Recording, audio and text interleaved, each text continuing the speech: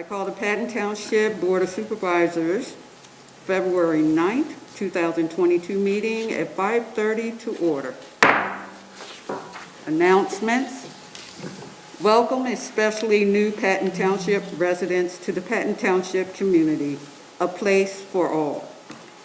As this is our first meeting in February, we welcome Black History Month and also Happy Lunar New Year, which is the year of the tiger. Are there any other announcements, Doug?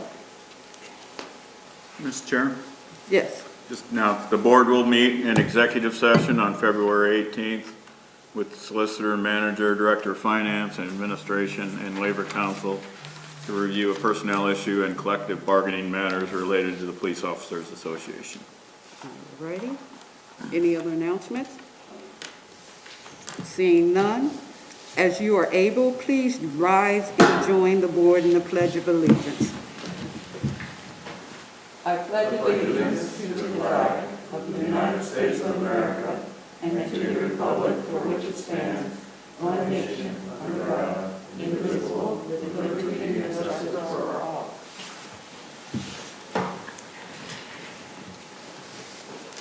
All right. Moving on, next on the agenda are additions to the posted agenda. Are there any supervisors that would like to add an item or item to the agenda at this time? Supervisor Whitman? Yes, I would like to introduce the idea of a diversity, equity, and inclusion item on the agenda as a standing item. Okay, any other supervisors would like to add? Seeing none, can I get a motion to add to the posted agenda the DEI item? So moved. Can I get a second? Second. All in favor? Aye. Any opposed and any abstentions? The motion passed to add the DEI item to the agenda. This item will be added after public comments.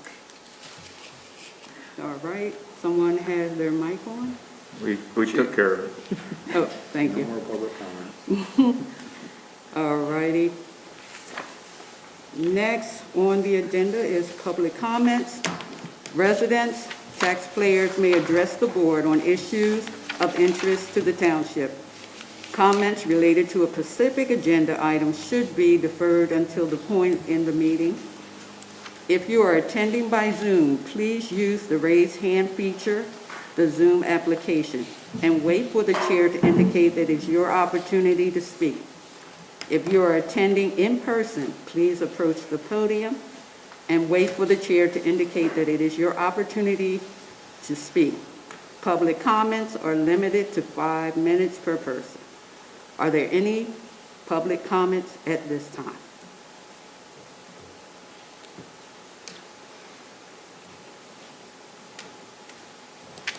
Welcome. Thank you.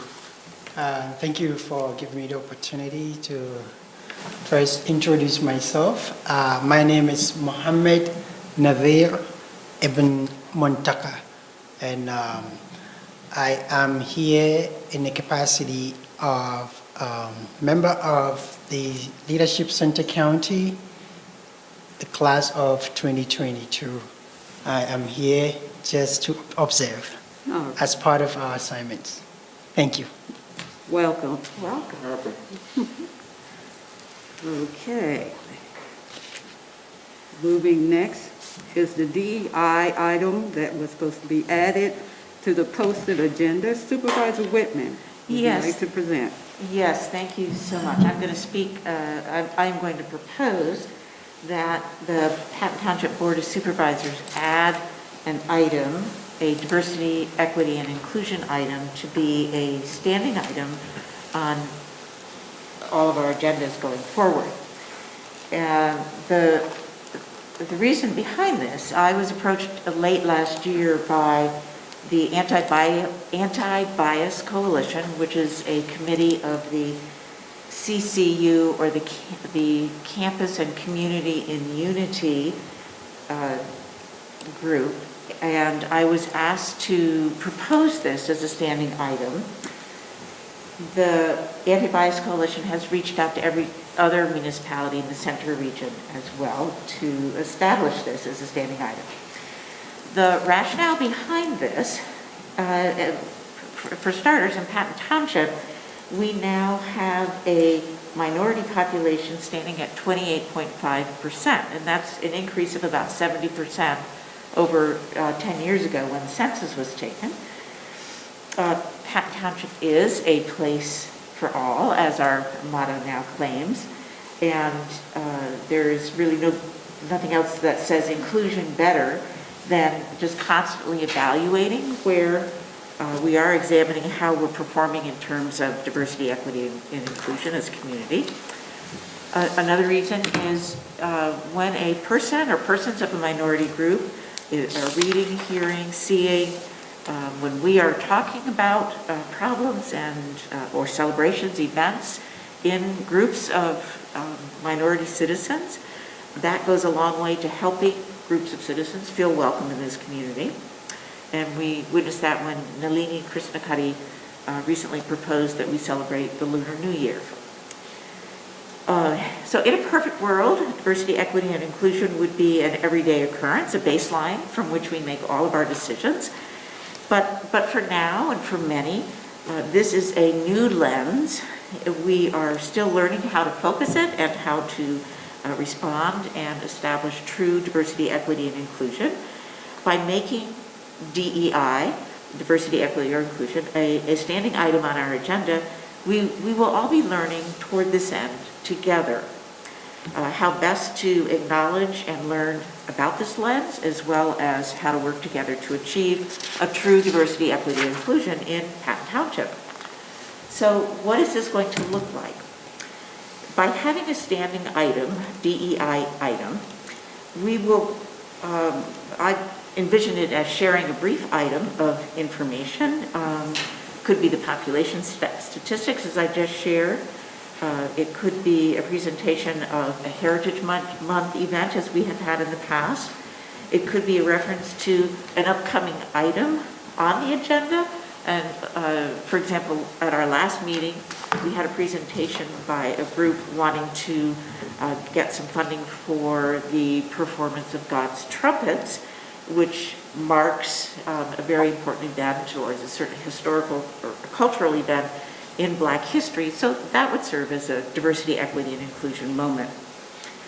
In other cases, we might be showcasing the hiring policies and the effort of the township to reach out to all and be inclusionary in our hiring process. So how would this play out? The anti-bias group suggested that each township, each municipality pick one person to be the point person. I have agreed to do that as an elected official. If there's anybody on the staff or any citizens who would also like to be part of this effort, please reach out to me. I've already reached out to several citizens and request that you be eyes and ears for this event. So that is the proposal, and I think we probably need to vote on that. Do we have a discussion? Yeah, sure. Any So I think we have to comments from make our chairs or a motion or Elliot? I don't know. You said a Susan? motion to push it through before we talk about it? Well, we can talk about it first. Elliot, I see your hand. You mute.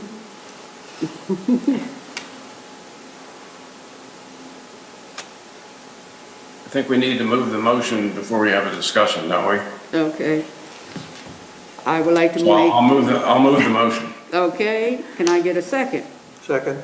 Discussion. Any chairs? Madam Chair.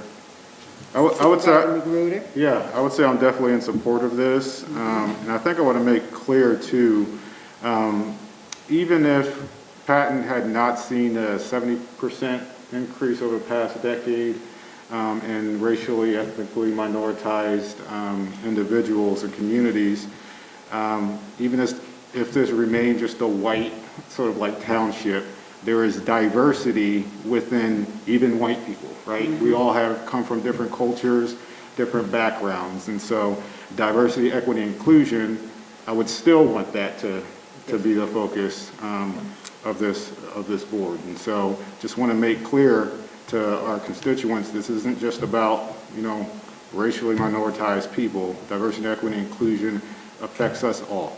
Yes, Yes. thank you for that. Yes, Supervisor Torino? and I just. I'm fully oh, in I'm sorry. support of it. Okay. Yes, yeah. And I just might add, it includes people of sexual orientation or identification, as well as people with disabilities, learning disabilities, physical disabilities, or, and as Sutan says, it's cultural. So we all come from a different place. Okay, so all in favor, say aye. Aye. Any opposed? Any abstention? Motion passes. And might I present an item for the new DEI items? I Sure. have one for today. Sure. It's a package deal. Okay, Okay, thank you very much. I'm going to share with you today some words that were written by the Campus and Community Union to address a recent situation at the high school where there was a physical altercation between two students, and it concerned a photograph that had anti-Semitic and racial comments on it, and apparently the situation had been going on for some time, and it came to an altercation. Because the State College Area School District is not under our purview as a municipality, I took the words from this statement that the Campus and Community Unity was saying to the school district, and I distilled some of the words because I think they can be spoken to citizens of Patton Township with the same impact. They're very wise words, and turned with a different subject, I think they're still meaningful. So I will say that on behalf of the Campus and Community in Unity and the Anti-Bias Coalition, I'm sharing these remarks, but I'm making them to the people, the citizens of Patton Township, and in fact to the entire community in the center region. The CCU and certainly this Patton supervisor asks residents to think of three things, or do three things. One, to acknowledge the responsibility of all adults in this community to set an example of addressing differences and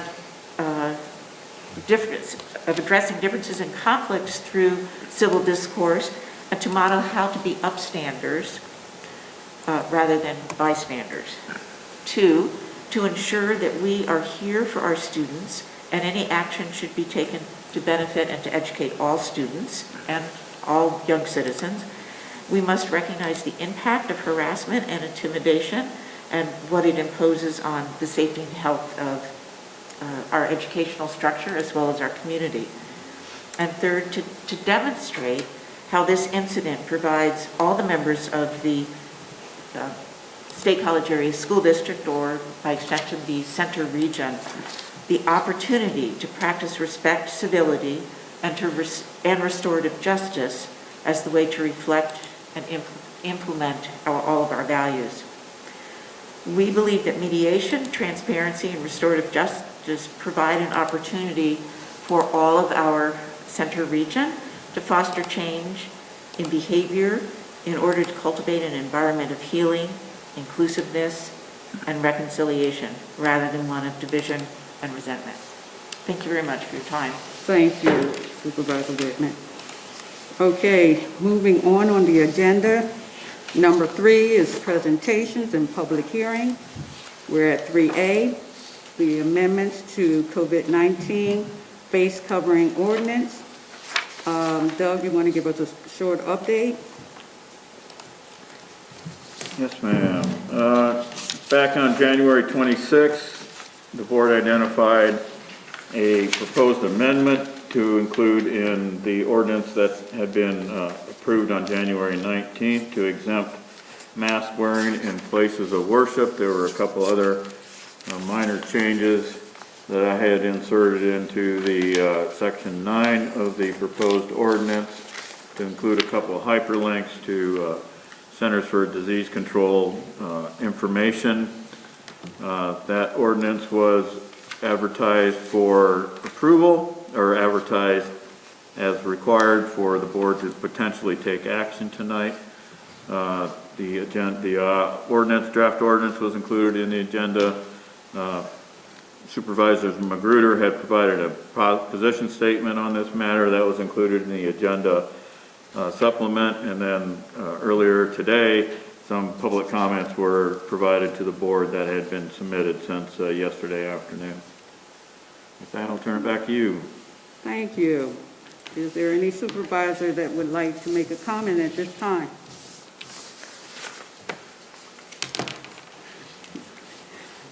Supervisor Magruder. Yeah, I mean, I think my position statement speaks for itself. Again, wanting to make clear that I am not hostile to religious institutions at all. I definitely grew up in the church. However, in an effort of thinking about equity among establishments, as well as from what I could glean, best practices, I'm focused on the health and safety and did not believe that our current ordinance ran afoul of any constitutional issues. I am not a constitutional scholar, and if people are, please correct me, but so just wanted to make clear. Well, I would like to make the comment that we have at our next board meeting, Mr. Thomas Charles, who is the Executive Vice President and Chief Strategy Officer at Mount Nittany, who will be here to make a presentation to the board and to our residents to make clear some of the statistics on the COVID-19, and I'm asking the board's patience in tabling this particular item until we hear his presentation at the next board meeting. Any comments from my board? Elliot has his hand raised. Yeah, Elliot?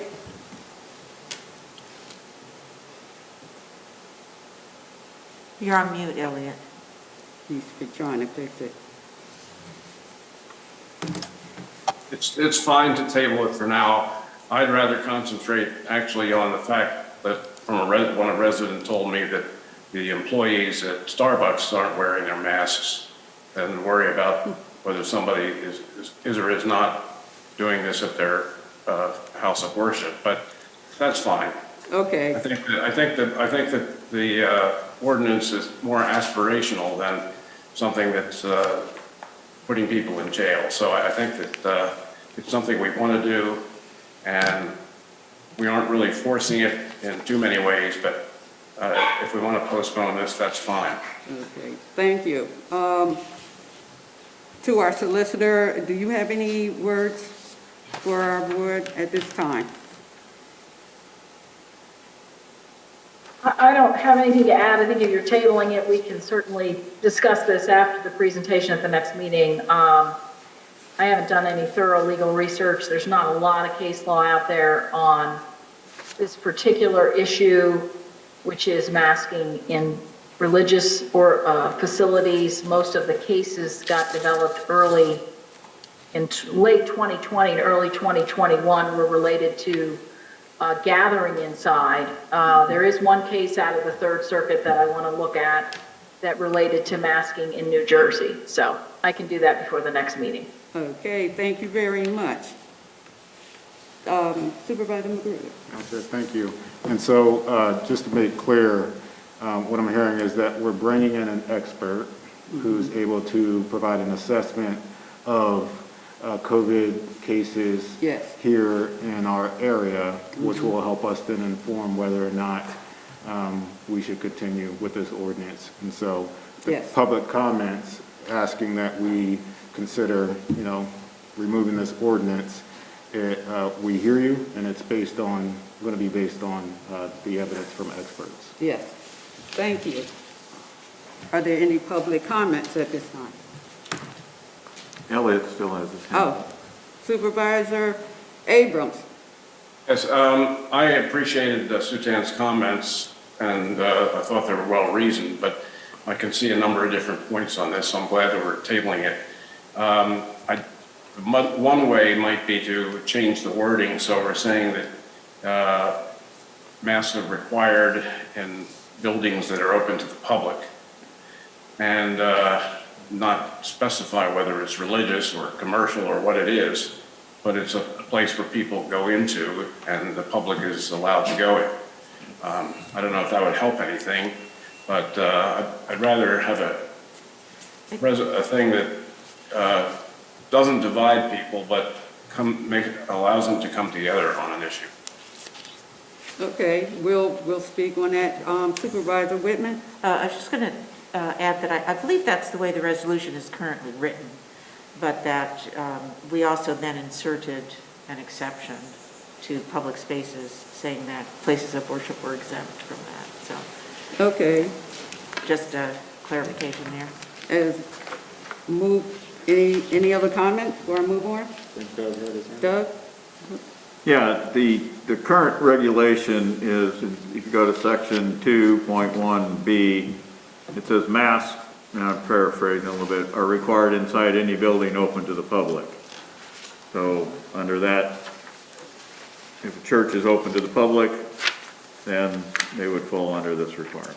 Okay. But we do currently have the exception listed in the ordinance. No, Oh, I thought we did. no, I'm that sorry, was, I that was the apologize. subject of tonight's discussion. I thought we Was had to it add included. that. We There were is told a, that. I apologize. there's an individual, Gotcha. there's an individual exemption under exceptions. It's persons Right. whose religious beliefs prevent them from wearing a Gotcha. face mask are exempt. But in terms of, no, Thank tonight's proposal was to Was insert to add that language. Thank you, my mistake. I misread that. Thank you. Okay. Seeing no more comments. Next on the agenda is Act 537, Facilities, Sanitary Sewer Service Plan Update. Special study for Calder Way and Atherton Street Sewer Main Replacement Project. Doug? Yes, the Center Region Council of Governments General Forum has forwarded this study to the municipalities for public hearings and potential adoption.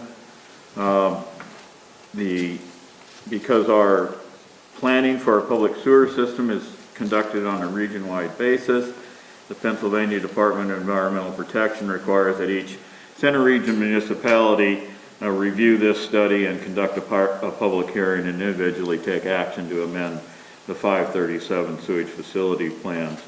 The basics of this study are that the Borough State College proposes to replace approximately 2,100 linear feet of pipeline in Atherton Street area and 5,150 feet of pipeline in the Calder Way area with larger pipe. This will increase the amount of flow that they can send to the wastewater treatment plant and prevent backups upstream. Preliminary cost estimate is for this project is $1.88 million. The board should open a public hearing for this study, has been advertised as required, take any public comments that are offered, and then after closing the hearing, consider action to approve Resolution 2021-020, adopting the study for Patton Township. Okay, the public hearing is now open. Is there any public comments on the proposal of Act 537 Facility Plan Special Study? Okay. Seeing none. Give them one more time. Okay. Can I get a motion to close the public hearing? So moved. Can I get a second? Second. Discussion. All in favor, say aye. Aye. Aye. Any opposed? Any abstentions? Okay. The public hearing is now closed. Are there any comments from the board? I'll go ahead and move that we adopt Resolution 2022-004, the resolution adopting an Act 537 Surge Facilities Plan update. Second. Get a second? Discussion? Yeah. All in favor, say aye. Aye. Aye. Any opposed? Any abstentions?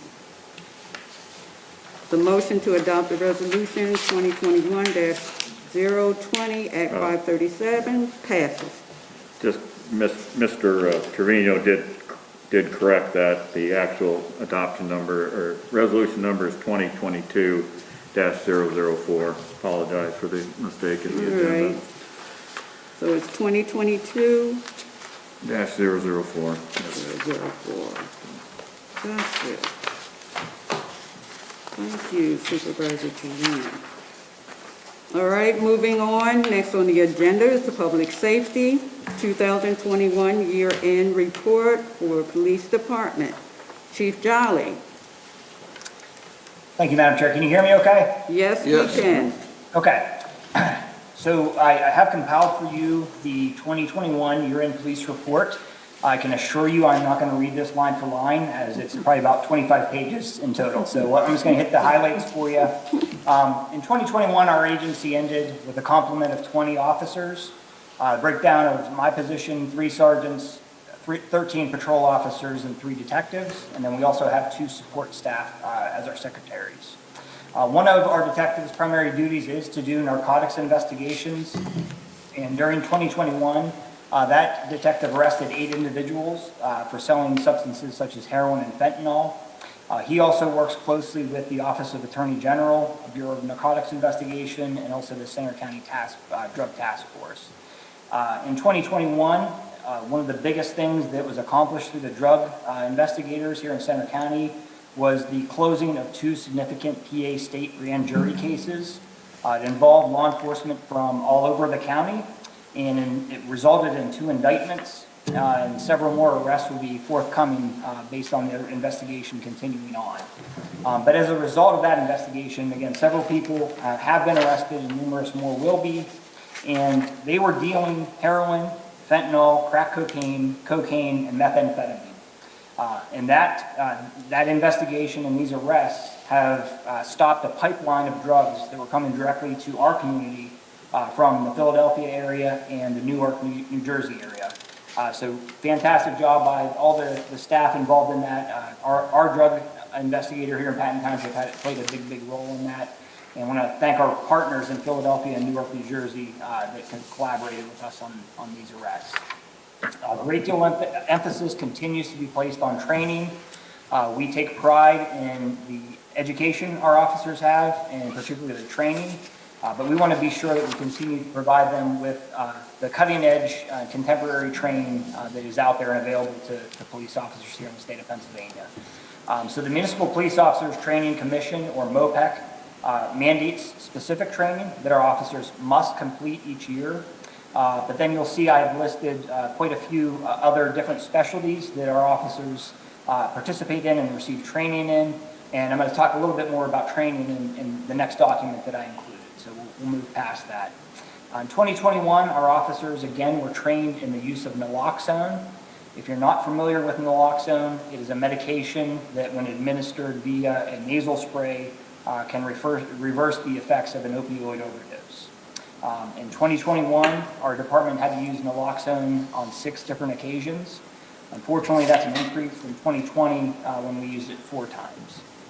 Our officers, again, in 2021, were recertified in the use of TASER, and I'm happy to report that there were no TASER deployments in the year 2021 for our officers. Patton Township continues to be a home to the drug take-back box. It's located in the lobby of our municipal building. In 2021, we collected 280 pounds of unused and unwanted medications. That's up from about 150 pounds that we collected in 2020. So again, residents are encouraged to come into the township building, into the lobby during normal business hours, Monday through Friday, and we provide a safe way to dispose of those types of medications. Our agency hired 2 new officers in 2021. Officer Clinton Caslin was hired in April, and Officer Michael Kaufman in November. And it was the third full year for our agency to use our body-worn cameras. And the officers still are very pleased to have that equipment available to them to help them with their day-to-day duties. Our calls for service increased from 4,450 in 2020 up to 5,098 in 2021. The largest jump we saw was in the call for service category known as traffic. That could be traffic control, monitoring school traffic, disabled vehicles, and assisting our public works department. But we saw an increase from 2020 where we had 693 traffic incidents up to 1,002 again. The accident data for 2021 shows that we had 306 accidents which occurred and our officers investigated. That includes collisions on private property. 74 of those 306 were more serious in nature, what we consider to be a reportable accident, in that there was injuries or extensive damage which required one of the involved vehicles to be towed.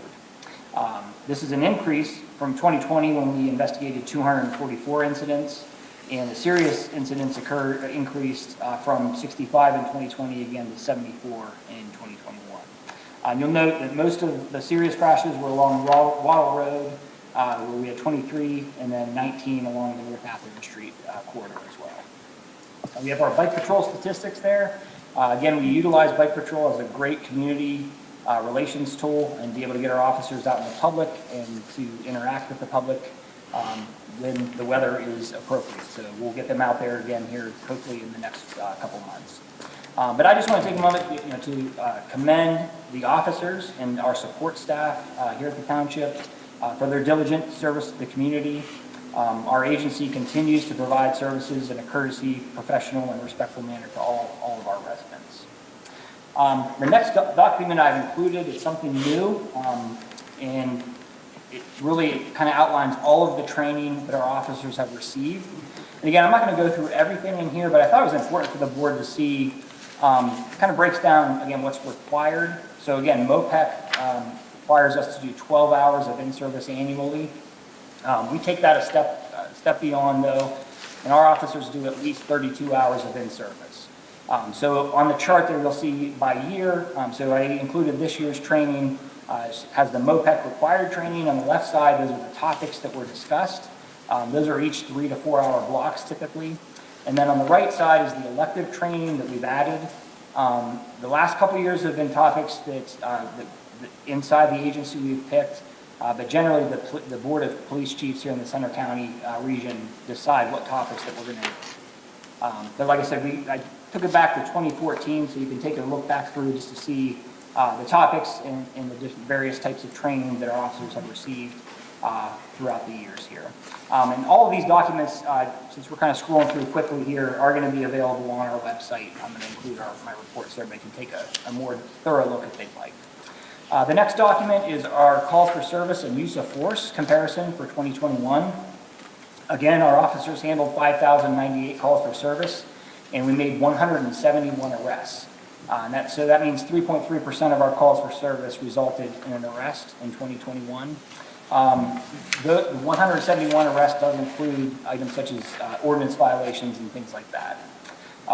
So we just have a chart there that illustrates that. The use of force numbers of the 5,098 calls for service, we used force during 15 incidents in 2021. That is up slightly. In 2020, we used force during 11 incidents. Talk about the types of force that are available to the officers, but in the next chart there, I illustrate the types of, the total use of force incident, again, was 15. Break that down by race. 12 of the incidents involved an individual who was white, 2 with African American, and 1 with an Asian. The next chart is use of force by gender. 13 of our use of force incidents involved a male, 2 involved a female. Use of force by race and gender.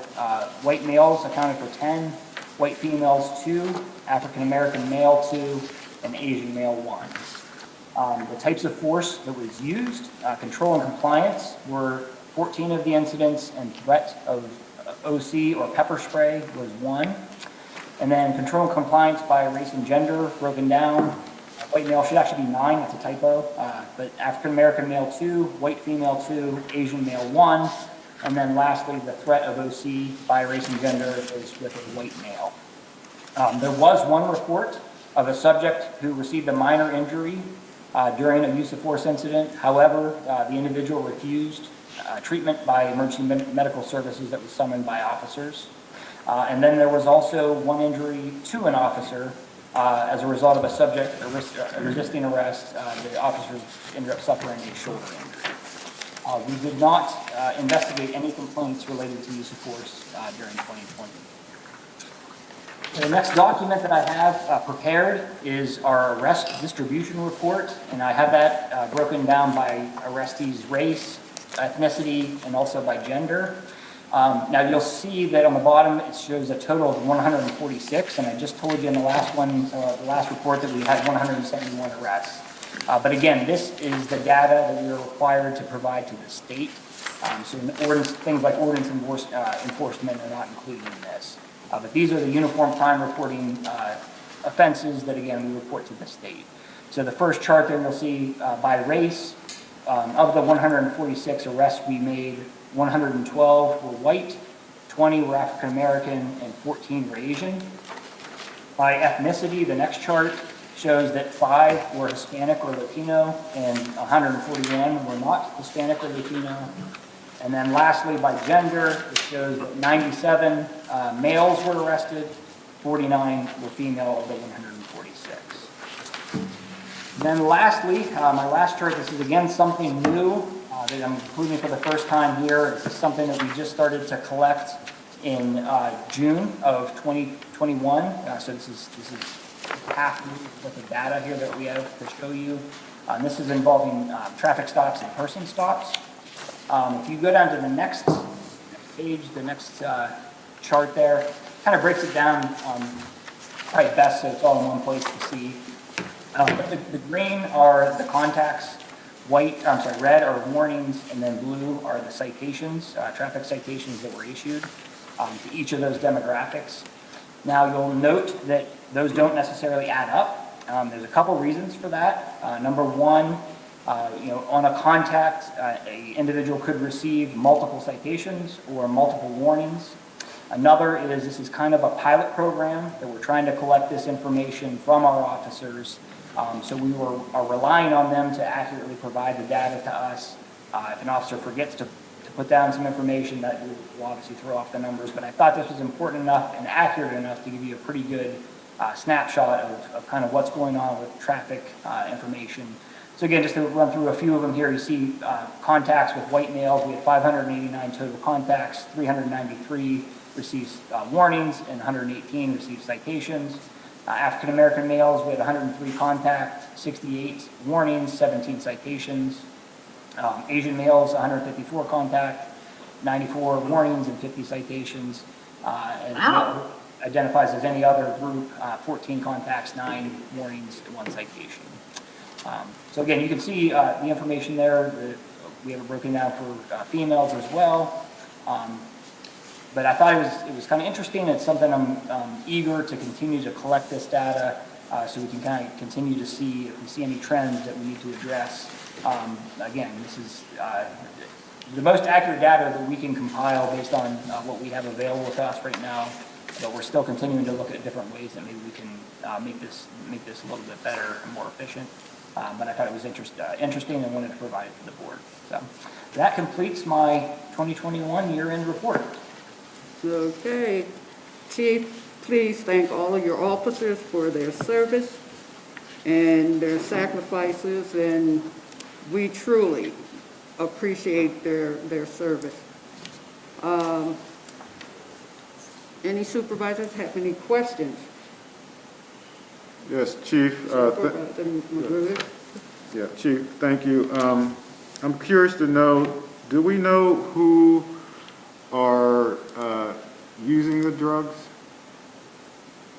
Like population-wise? Is it community members, students? Yeah. I could get that data for you. I mean, are you saying from the narcotics investigators' arrests or the naloxone usage? Yes, the narcotics arrest. Just wondering if the drugs are filtering in here, wondering about who are actually using those drugs. Yeah, so that's pretty much all across the community. We see it obviously in student populations, but we also see it in community members have no affiliation with the university or any kind of schooling as well, so. And do you know if we do a lot of work with, drug treatment programs here in Patton Township, just to get individuals the support they need so that they're not utilizing those drugs? Yeah, so that's something, we do have information that if we encounter somebody who we feel is at risk, that we will provide to them to try to steer them in the right direction, to make sure that they can get the help that they need, if that's what we feel is the appropriate course of action, sure. Thank you. Any other supervisors with questions? Supervisor Torino? Chief, I'll just say thank you very much for the exceptional, detailed report that you're able to gather and to report to us. So I think it avoids a lot of more questions to you because we have the answers now, in front of us on paper. So we appreciate it. Thank you. Thank you. Any other supervisor? I also want to thank Chief because Chief happened to put this whole program together of a breakdown, starting last year, if I'm not mistaken. So thank you, Chief, for that. Okay, moving next on the agenda, Chief, we have the patrol vehicle purchase. Yep, so I'm still up here. So, this is my yearly request to the board in order to purchase a new police vehicle. And this year, it looks a little bit different, so I'll kind of walk you through it. But the police budget does provide for just under $50,000 for the replacement of one patrol vehicle. That includes the vehicle, different equipment that needs to go into the vehicle, such as lighting, partitions, things like that. I did look to vendors who participate in the CoStars program and sent out requests to many of them for quotes to come back. I did ask the responding dealerships to provide 2 quotes. One that was a normal gas engine and then another for a hybrid engine.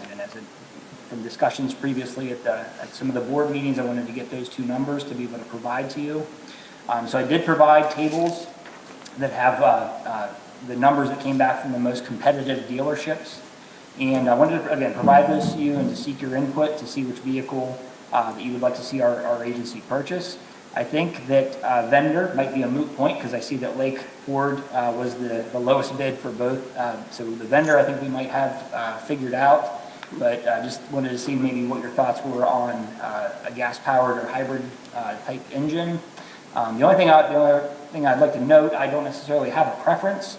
However, I did speak to our mechanic, and he actually came to us from Ford, I believe. I was a Ford mechanic. His preference was for a gas engine, just based on the fact that he is familiar with those and able to work on those types of vehicles. He had mentioned if there was an issue with a hybrid engine, he may not be able to work on it, and we possibly need to send that back to the dealership for some maintenance, depending on what the issues are. So I just wanted to provide that input from our mechanic, just so you had that as well. Okay, any supervisors have any comments? Supervisor Trevino? Thank you, Chief, for taking the initiative to get us quotes on both the traditional gas engine and also a hybrid. Given that the supervisors have last meeting passed the resolution for sustainability, and basically we were directing our township to take steps to utilize all options that will reduce our carbon consumption. And given also that there's only a $3,000 price difference between the hybrid and the traditional gas, I think it's definitely appropriate for us to ask you to buy the hybrid engine the hybrid vehicle for your new patrol car.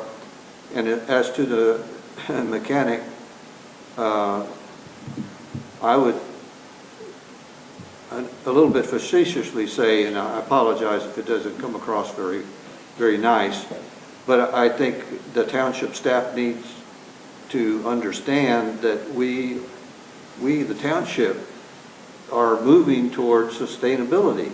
And we already have one hybrid car in our fleet, the code enforcement officer's vehicle. This would just be the second, and we'll probably be purchasing more. So perhaps our mechanic should seek out some training so that he can service the hybrid vehicles as well as the gasoline engine vehicles. Okay, any other supervisor? Supervisor Magruder? Yeah, I guess my question then would be, as far as financing that training, is that something that we would have to approve funding for? Because I would happily do that, but I also agree with Supervisor Trevino that we need to get up with the times, and continuous learning and improvement is necessary for all of us, so, yeah. Supervisor Whitman? Well, I was going to actually ask our manager. So about we'll have to training. see what training options are out there. I would doubt that it's a large enough amount of money. We have to come back to the board. But we will check on it, and Supervisor Abrams also has his hand up. Oh, okay, Supervisor Abrams? On this, I agree on the hybrid, but I also think that we should provide the training or an opportunity for training. There's another item that's coming up where the difference in price is much larger. And in cases like that, I think we should examine whether there are other ways of doing things sustainably, other places where we can save money rather than on that one item. For example, you might say, well, if something is $11,000 and something else is $3,000, what do you do with the other $8,000? Can you make a better investment than just a clean engined car or truck? Are there some other things that we can save even more money with? Okay, Supervisor Whitman, did you have? There we go. So I do have a question for the chief. I think I know the answer to this because I did a little bit of research beforehand.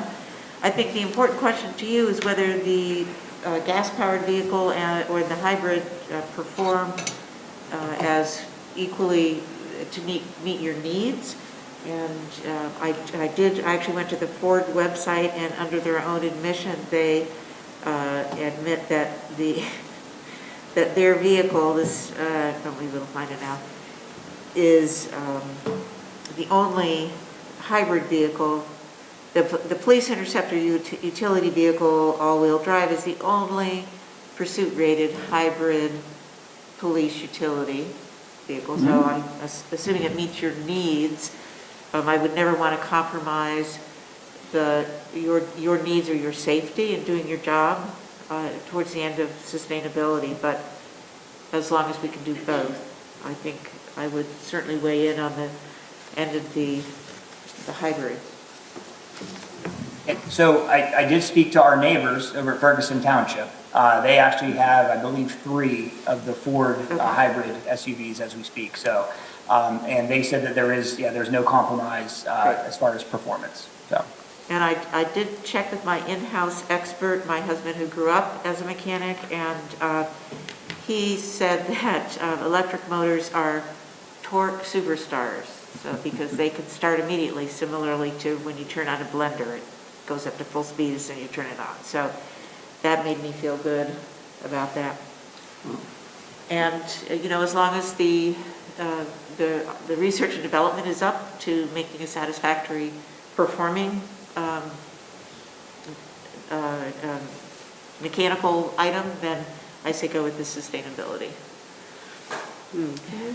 I just have one question for Doug, and since Supervisor Torino brought it up, that we have one hybrid already. How many charging stations do we have? Well, these hybrids don't require charging stations. They charge themselves. They're not plug-ins. Oh, okay, good to know. All right. So do we have to, Yeah, we'll need a motion since this I'd is like- a I'd like bid item. all right? I'd like to, Go ahead, sorry. Supervisor Whitman? Yeah, I'd like to make a motion that we approve the purchase of the hybrid police interceptor utility vehicle. Okay, is there a second? Second. Discussion? Seeing none, all in favor? Aye. Aye. Any opposed? Any abstentions?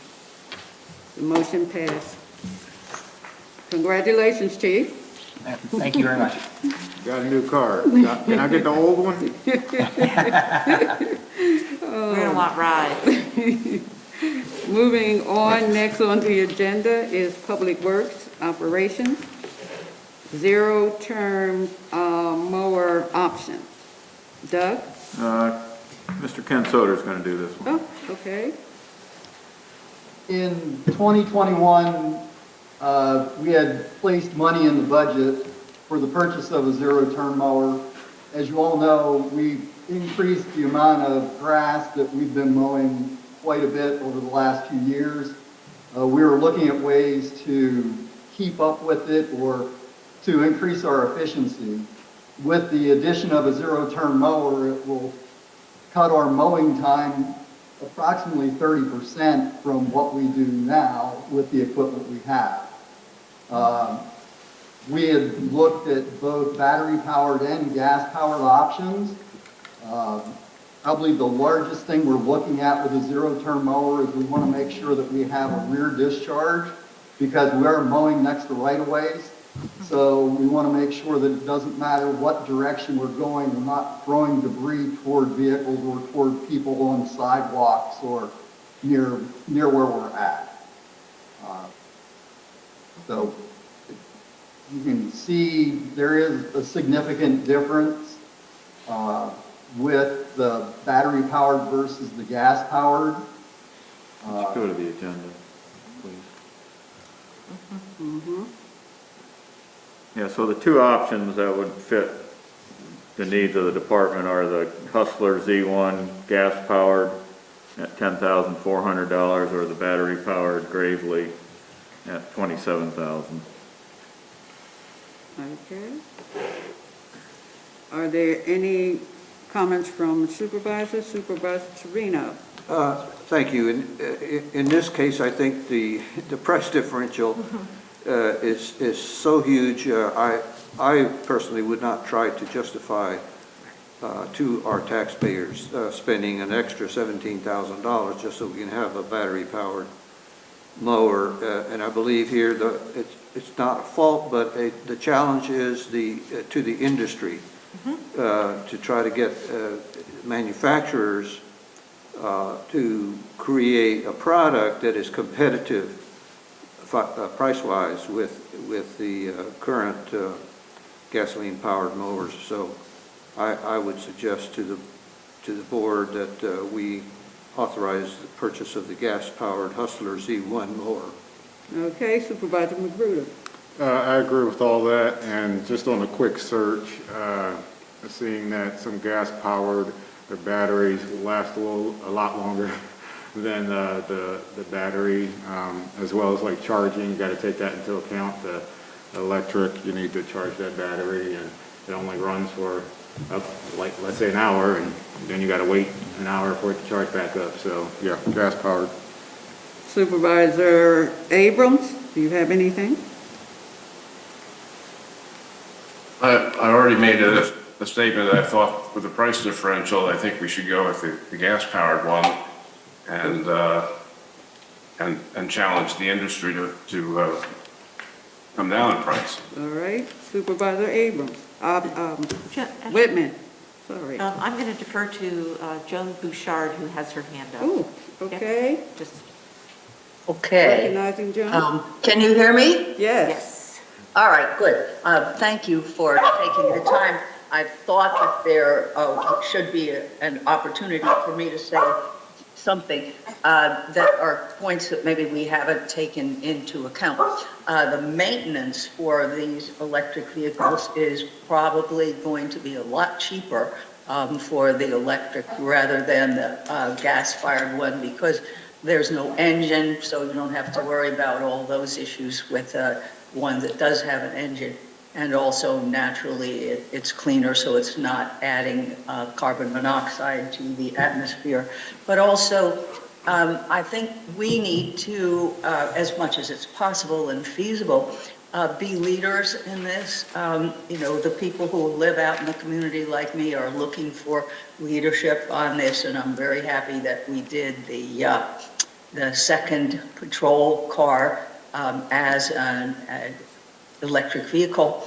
And I am also very happy that we are sort of putting our money where our mouth is in terms that we have just done the sustainability resolution and adopted that.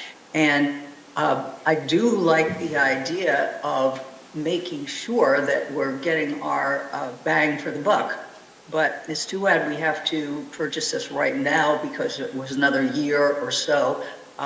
Maybe we'd be able to get an electric vehicle that would be affordable and also. So maybe the next time we have to replace one of these, it could be that.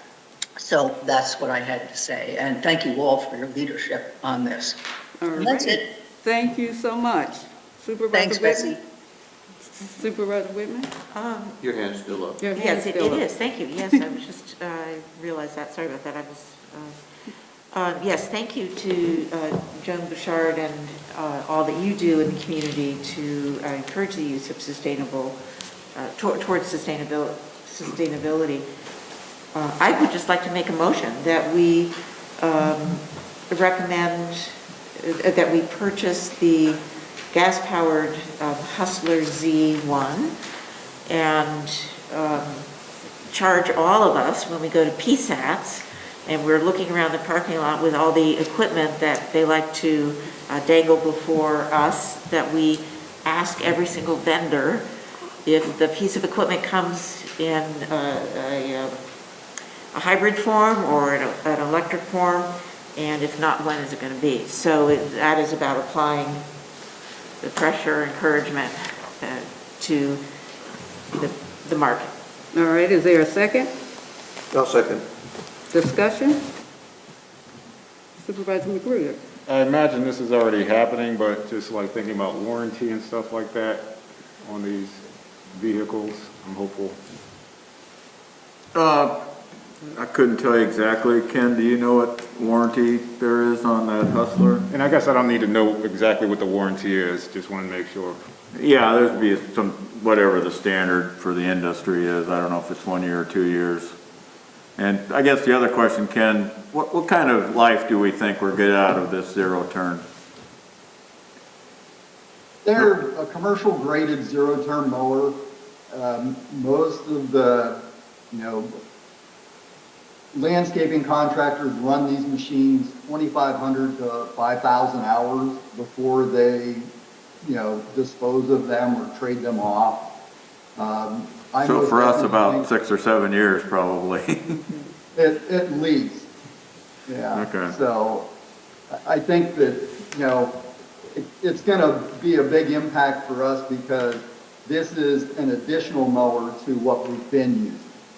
So it's just that this machine will operate at approximately 8 to 10 miles an hour, where the mower we use currently operates at about 3.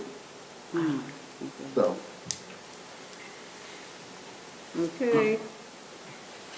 I have a motion, and I have a second and discussion. All in favor? Aye. Aye. Any opposed? Any abstentions? The motion passed.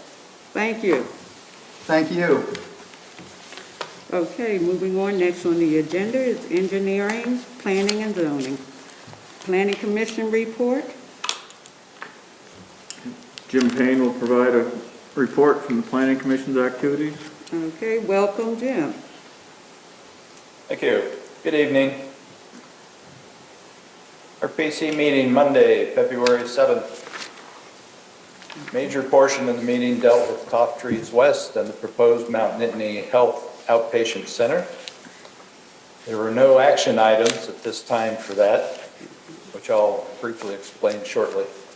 It was mostly a presentation and explanation discussion of the proposal by the development team, represented by Bob Poole and Tony Fruchtel, and Mount Nittany Health, represented by Tom Charles, Executive VP. First, there was discussion of the subdivision of 2 parcels for consolidation to cover this phase of development of Toff Trees West. Then discussion of the roadway and infrastructure. And finally, discussion on the proposed Mount Nittany Health Center building. The reasons for no action by the PC at this time is that there's still ongoing discussion between the township and/or other parties and the developers on many specific items that need to be resolved. These include installing a beneficial reuse line from UAJA, gas line location along Toff Trees Avenue, replacement of the culvert under Toff Trees Avenue, increasing lane widths on Masters Boulevard entering the site, the traffic circle design, revisions to the traffic impact study, and submittal of town center lighting design for pedestrian paths and walkways. Next in our meeting, which will be the next item on your agenda, was Phase 16 in the village in Toff Trees East. This is the last portion, 18 units of single-family dwellings in the village. After discussion, it was approved by the PC to forward to the Board of Supervisors. Also, Bill Burnett volunteered to be the PC representative on the Traffic Engineer Consultant Selection Committee. And due to anticipated link to the Mount Nittany Health and Toff Trees West items, there was no work session planned for this month. We will start in March to take up the mini housing task force recommendations. Thank you. If you have any questions, I'll try to answer. Okay, are there any questions from supervisors? Okay, Supervisor Abrams? Yes, I just wanted to say, Jim, that's an excellent report, and I like the level of detail and just a very good report. Thank you. Thank you. Okay. Any other supervisors? All right. Doug, are we voting on this? No, if you go to page 8, under 6B, we do have follow-up on recommendation from the Planning Commission on Right. their item 6. Okay. There's a comment. Joan has a comment. I'm sorry. Okay, I'm sorry. Joan? It was, yeah. I'm sorry. Can you hear me? Yes. Okay. It was an excellent plan, but I couldn't tell from the plan where the entrance to those dwellings is going to be and whether it might impede the traffic from whatever of the roads that are surrounding it it's going to connect to, or whether it'll be through and be connected to 2 of the other roadways. So I was concerned about that. Okay. Jim, can you answer that? Well, why don't I suggest maybe we'll go in to get a presentation from our planner and the Okay. developer's engineer, and we can just get the plan up on the screen and look at it. Okay, can we move on to the presentation? Good, thank you. Go ahead, Nicole. Good evening, everyone. Good evening. As Mr. Payne mentioned, the item for action this evening that the Planning Commission has voted to forward to you for consideration is the last phase at the Village of Penn State and Toff Trees East, which will be 18 single-family homes. And Alex, I don't know, would you want to share, is there a copy of the attachment so we can show where it is that we're talking about?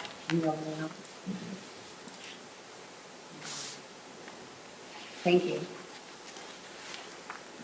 There it is. So this will extend Dean's Way, and then the determination point for that extension will be in a cul-de-sac. So that is really all the new roadway infrastructure that is proposed with this. And as has been mentioned, there's going to be 18 new single-family homes here. And as I mentioned, the Planning Commission did vote to send it to you this evening, conditional upon all of the items in staff's letter being satisfied. And I do believe Mr. Fruchtel from Pantera is here as well. So I don't know, Tony, if you would like to take over and answer any questions, or if there's any discussion about this. Can you put the plan back up there, Alex, for just a second? To answer Ms. Bouchard's question, Dean's Way, go to that intersection. If you go Dean's Way to the right, one block, you end up on Tofttrees Avenue. And then if you go up Woodledge Drive, it'll take you to Bow Manor Drive, and it'll take you back to Tofttrees, or you can continue on Woodledge and end up on Cricklewood Drive. So to orient you, sorry we didn't have a better location map for you. But That's fine. Now that I see where it is, I know where Dean's Way is because they've begun it. So they're just extending that, and that makes sense. That's not Yeah, going there you go. That's a little into better. any problem with the traffic. Thank you. Yeah, and this was it's surrounded on three sides by the station, which is a student housing development, but there is a fence that goes, separates the two communities. We did that with the station just because we thought there would be some differences in the community, and it's better to delineate each of them than not to. Into my comments. But Tony, do you have any comments you'd like to make? Just that. Go ahead and introduce yourself too. Absolutely. My name is Tony Fruchtel. I'm with Pantera Engineering. And we're the civil engineer for S&A Homes. And of course, this is the last single-family part of the east side of the village of Penn State, or Tofttrees with the village of Penn State. And there have been a couple comments that we still have to address from township staff dealing with.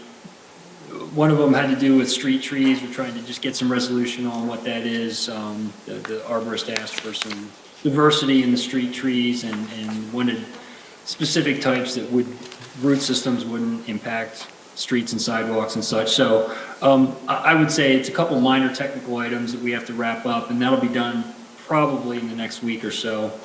And they are looking to move forward with this. As you may or may not know, the Phase 9 and 10, which is kind of on the other side of Woodledge Drive there, the lots are selling out. So market is hot, and they just kind of want to keep moving here. So be happy to answer any other questions anybody has. Okay, is there any questions from the board?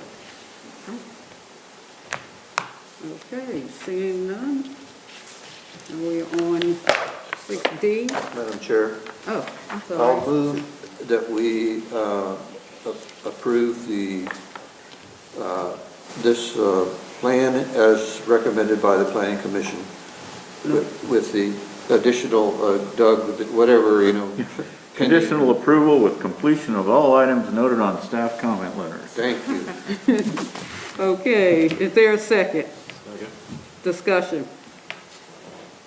All right, seeing none. All in favor? Aye. Aye. Any opposed? Any abstention? Motion passed. Thank you. Thank Very you good. so much. Thank you. Thank you. I was about to say, I just love knowledgeable people who can do all this stuff. So glad they work for us Thank you. All right, with us. next on the agenda. We had amendments for conservation easement. Yep, that's me. All right, We had originally approved the easement back in 2021, and a resolution that goes along with that. Since then, there's been some discussion between us, the Hamer Foundation, and Clearwater. Originally, we thought we were going to have to do a separate funding agreement, but once we all understood what everybody else wanted to do and needed to do, we found that with just a couple of little changes to the existing easement, we could take care of what needed to be done in terms of the funding. So we have a revised easement agreement. That's item 6D1 in your agenda. As noted in the agenda, there's we made some changes to item 6.05 to clarify those responsibilities there. So staff is recommending that the board approve that easement agreement and then take action to also adopt resolution 2022-005, which is actually the board's statement that they are adopting that easement agreement and authorizing the board chair to sign the agreements and whatever other documents may be required to make this all happen. And right now, we've set a closing date, Ryan, of February 22nd. The settlement company did contact me today, Ryan, and we've got that scheduled. So with that, again, if the board would review and consider action on resolution 2022-005, we can move this forward. All right, are there any comments from the supervisors? If seeing none, can I get a motion? Go ahead. I took you last time. Okay, I'll move that the board adopts resolution 2022-005 to adopt this revised declaration of public trust and covenants and grant of conservation easement regarding the Grace Woods Preserve. All right, Second. is there a second? I'll second. Second. All right, we have a second. Discussion? Seeing none, all in favor say aye. Aye. Any opposed? Any abstentions? The motion to adopt the resolution 2022-005 passes. Does anybody Very need a break? exciting. Is that okay? All right, keep moving. All right. We're on number 7. Administration. 7A, input for COG Finance Committee, propertization of the workforce. And that is Supervisor Trevino? Yes.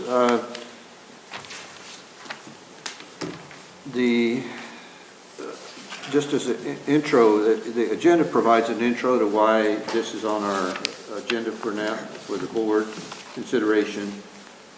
Briefly, for our viewing audience, primarily, last year, the Finance Committee and the Executive Committee developed and ranked a list of work task priorities and for 2021, and we're going to do the same thing for 2022.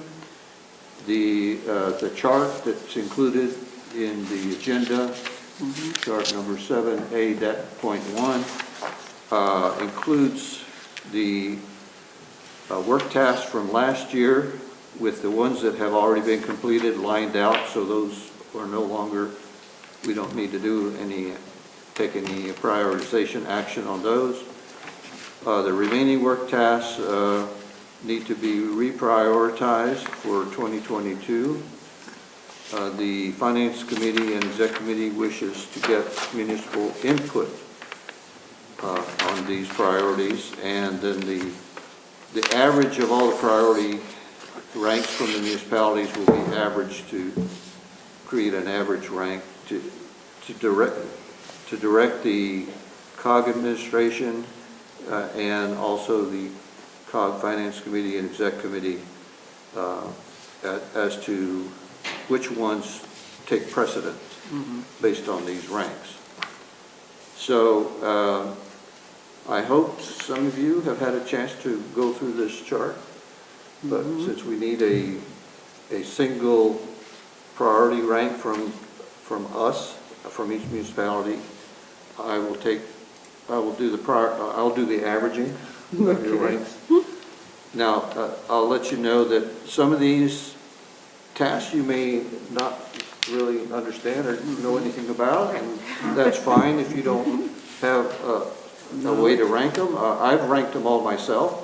Okay. So with your permission, in those cases where I don't get any other ranks from supervisors, I'll just use mine Okay. as the average. Do you want us to give you our range? I would, if Madam Chair allows me the time, No, go right I'll go ahead. through them one by one. Perfect, okay. And that's all. Oh, I love that. And then you can give me your ranks. Yeah, In my chart, I have your names listed, so Okay. I Thank you. can put down the individual ranks for those that you wish to rank.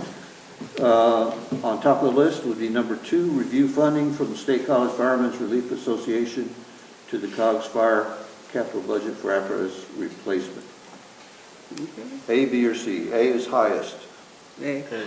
Hmm? A. A. A. A. All Oh, right. Elliot, I'm sorry. Did you have a rank?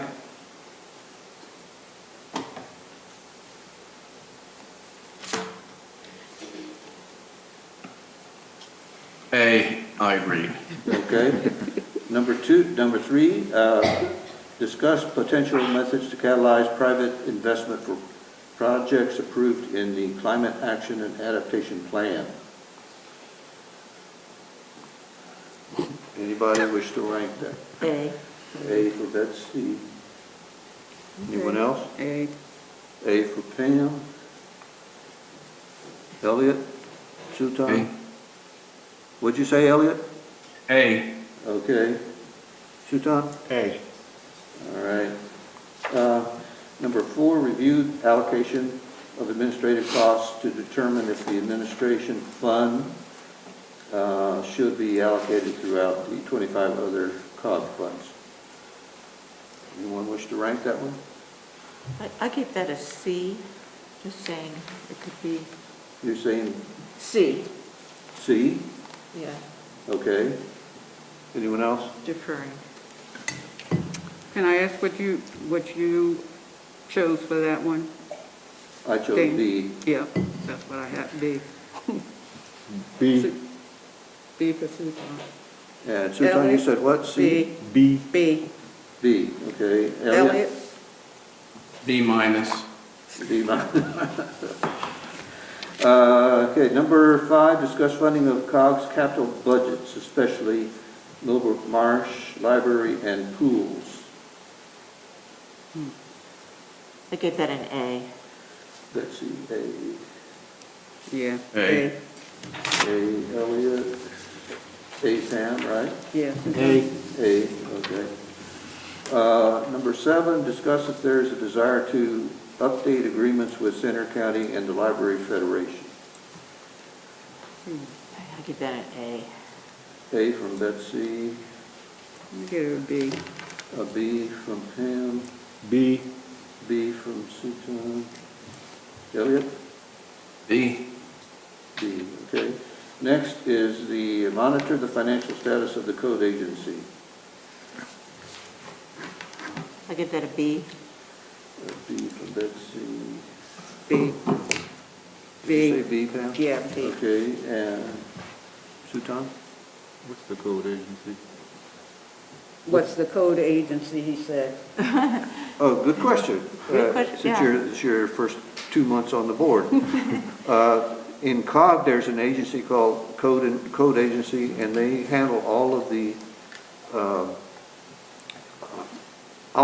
code administration. You know, they do all the inspections, For building permits. the building permits, anything related to local, state, national codes. And Construction.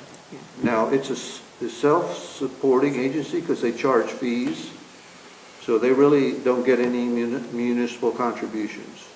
Okay. B, C. See? I didn't hear. C. As in Charlie. Charlie, thank you. Elliot? I have no basis for saying A, B, or C. I think this is Okay, an item Elliot, that should be done Thank you. I think this is an item that should be done regularly, just as a matter of course. Yeah. 9, receive and review the results of the COG IT study. I give it an A. A from Betsy. A. A from A. from Seaton. Elliot? Okay? Okay. 10, address long-term planning as community grows, continues to grow. A. A from Pam. I gave it a B just by definition, but whatever. Seaton? Yeah. Just because we're not, it doesn't seem like we're changing that much. C. C. C. Elliot? I agree with C. I don't think this is something that, when it does change, we often don't know that it's going to change, and that nothing we could do right now would change that. Okay, number 11, COG should investigate the impacts of changing the cost of living adjustment merit calculation to achieve consistency with its municipal partners. Dan, what did you put? Yeah, I didn't really. I put B. All right, B. Yeah, I had a question mark. Do you want to rank it or not? I'll go with you, yeah. B. Pluton? B. B. Elliot? B. Okay. Did you say B. No? Yeah, B. Yes. Number 13, COG should complete a fleet management plan and share its findings with the Finance Committee. I give it a B. B from Betsy. B. B from Pam. B. B from Seaton. B. B from Elliot. About to get honor roll with this, really. Okay, number 14, COG should develop a fund balance policy. Not sure. That's your neighborhood. I gave it a B. I'm not quite sure I understand B. that in depth. Yeah. I did B. Pam? I did a B too. Is that end This of the seems- year? This seems important. Do you know that- what it is? Yeah. Yeah, Yeah. End of the year carryover? yeah, it's the end of the year projected remaining balance at the end of the year when they're doing a budget and, have all the expenses and revenues and all that stuff. And obviously, you want to try to balance the revenues with expenses. And in many cases, there will be a projected ending fund balance. Now, there can be a policy. One policy would be to try to minimize the ending fund balance so you have try to anticipate perfect balance between revenue and expenses. Another is to make sure you have a certain amount of fund balance left over for A cushion. cushion, exigencies, and so forth. So there's difference of opinion of which COG could do, because if you have a policy where you ensure that you have cushion at the end of the year, that's taxpayers' money. And so basically COG is storing up taxpayers' money. And maybe it's the municipality should store that excess money because it's our money. So anyway, that's the difference in opinion. Yeah, that's helpful. I'd say A. Okay. Elliot? A, and I think that the taxpayers should keep their money as long as they can. Yep. Okay. All right, number 15, COG administration should complete a strategic plan. I said A. A? Seems pretty basic to me. Yeah. Okay. A. A from Pam. B. B, Seaton. Elliot? A. Okay, next is 17, update finance system, payroll, accounting, etc. That's your field. What is your input? Oh, I did that a B. I All right, gave it a B. B. I want people to get their money. A. Okay. Elliot? B. 20, review the standard COG formulas and other non-usage-based formulas used to allocate municipal shares. C. Who's that? L, C. B? No, C. C. Who, was that you also, Pam? C? No, I want to say B. B? I gave it a C. C. Elliot, C. what did you say? C. Boy or Charlie? B or C, boy or Charlie? I think he said, Charlie. I think he said boy. I think it's a B. dog. You said Charlie? I think it's a I dog. thought he said Charlie. I'm sorry, Yeah, you said Charlie. I think he I'm said having a Charlie. little trouble No, differentiating. that's all No, right. no, you're fine. That's what yeah. you're doing Okay, good. number 21, improve planning and communication surrounding the hiring of staff. Desire to create a 5-year staffing plan. You already did. The reason for this is normally during the COG budget process, COG says, we want to hire 2 new people. And it's the first time we hear about it is when they're asking us to review the budget for the next year. So one of the supervisors on it, not in our municipality, was saying, you know, you need to tell us in advance so that we can include it in the CIP, the capital improvement plan, so we can budget for it for Right. future, understand that it's coming up and not surprise us I agree. without letting us know what's going on. So that's the, I think you're arguing A for me. for an A. Yeah, Okay, A okay. for all of us. Convince me. Thank you. all right. Elliot, you too, A? Yes. All I think right. you're leading the witness there. It's okay. It's okay. Number 22, improve planning communication surrounding the request for studies. Same thing, you know, if they want to That's- hire a consultant to do a study. A. A. A. A, all right, A from everybody. Next, request in conjunction with creation of a fund balance policy to review the current billing structure of COG, especially as it pertains to projects and our positions that may not begin until later in the year. Well, I gave it a B. Yeah, B. Bravo. Okay, Elliot? B. Okay, next.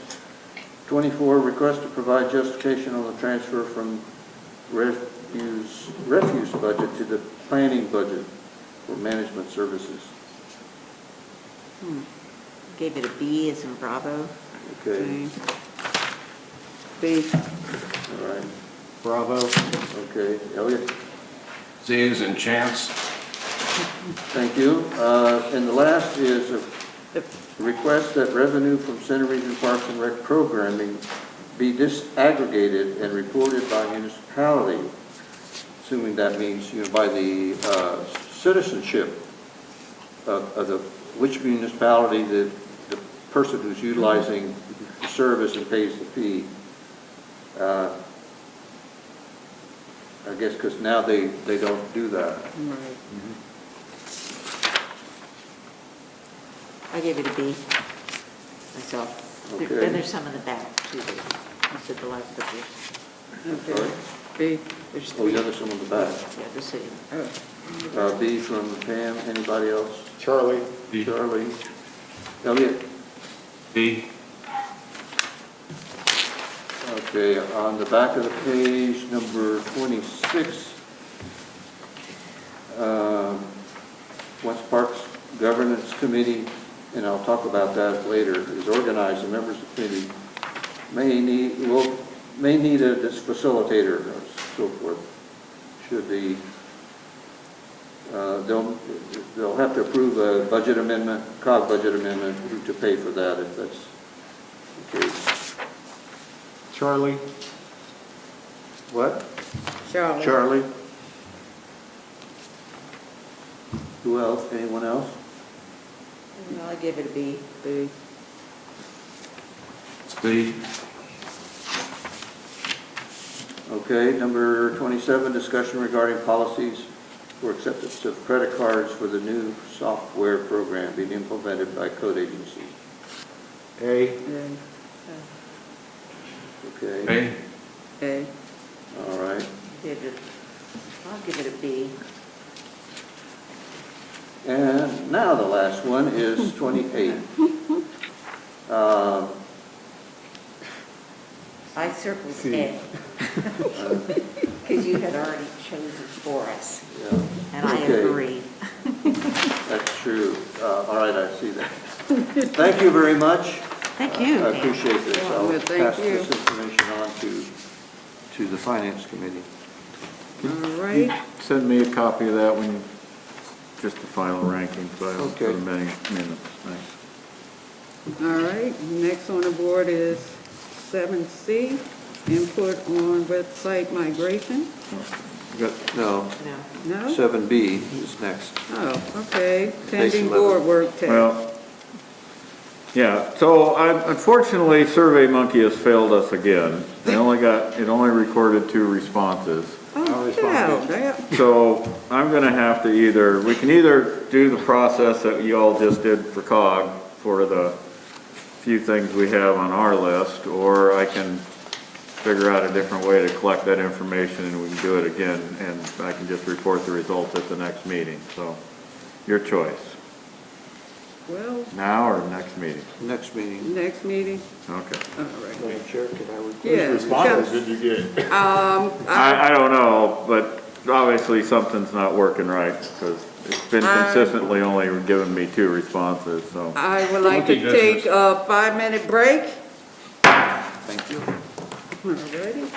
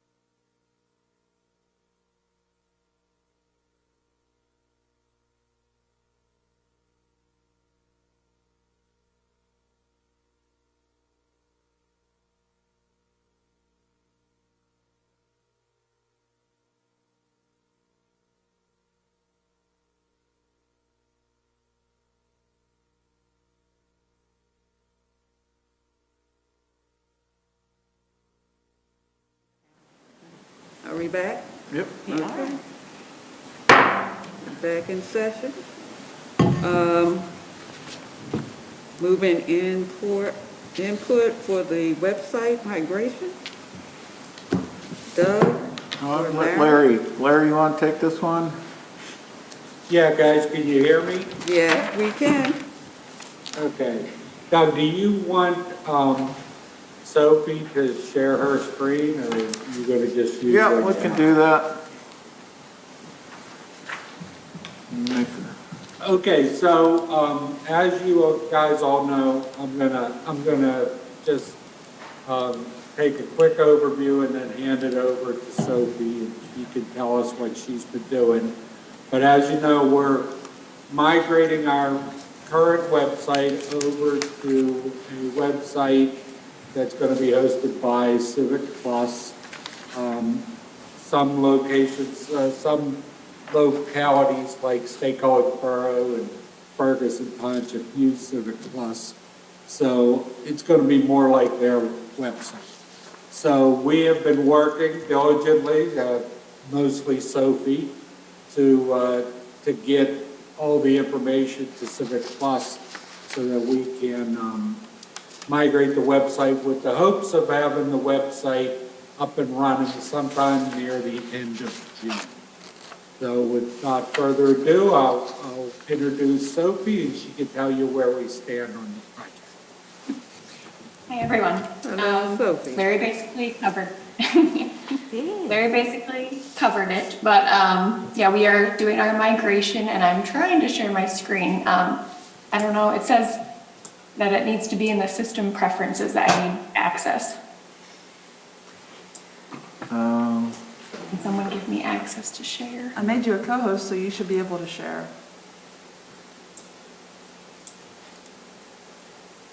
It might be something with your computer that you have to get. And my end? Yeah, Okay. I think so. I might be able to. Are you running with a Mac, Sophie? Because you have to give Yeah. yourself, yeah, you I'm have to on set that Mac. up. Yeah. You have to give your computer permission to share your screen, I think. Okay, you just want to do the attachments? Sure.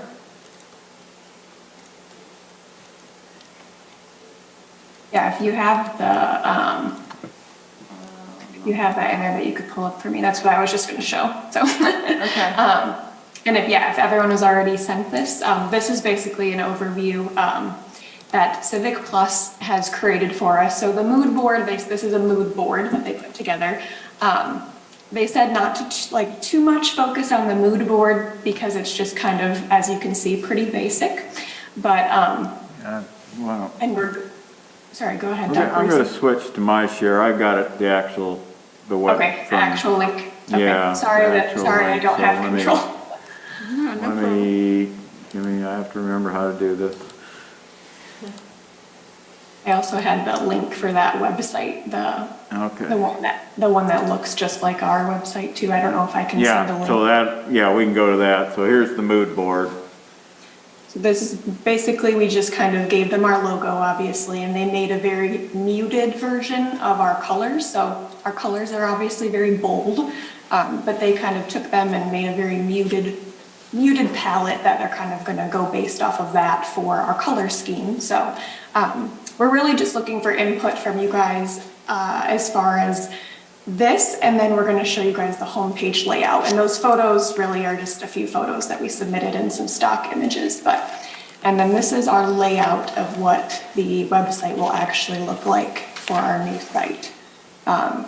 So up on the top, you can see we'll have our seal in the corner, our global navigation, which is going to be all of our main menu links, very easily accessible across the top, a search bar in the right-hand corner. That will be some scrolling images right there in that back screen. Thanks, Doug, for pointing these things out. So across here is going to be, we can show you an example website too that looks very similar to this, but there'll be some nice, big, easily clickable buttons for some very helpful links that people will be able to access right there. And then this next section is going to be the news section. So lots of if you are on our current website and you're visiting that frequently, we have our bulletin board where I post, just our headlines and things that are current, and I update that pretty frequently, and this will kind of take place of that. So it will be, it'll be nice, there'll be images attached to each one, so it'll be very easily clickable, and it will be a carousel, so I can add as many things as we need to. I can pin items, so if it's a very important thing and we want it to be first and stay there for a while, I can pin it first. And so that's going to be a nice new feature. And then this next section is probably one of our most important because it will be our calendar. And so on the left-hand side, there will be a actual physical picture of a calendar. And on the right, it will correspond with all of our events, which obviously we have lots of meetings and lots to keep track of. So that will be very helpful. And down below will just be some more helpful links in the footer. So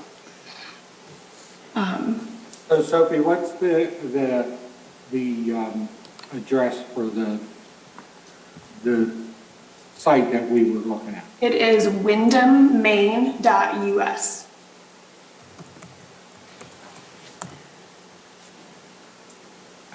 I obviously spelled Wyndham wrong.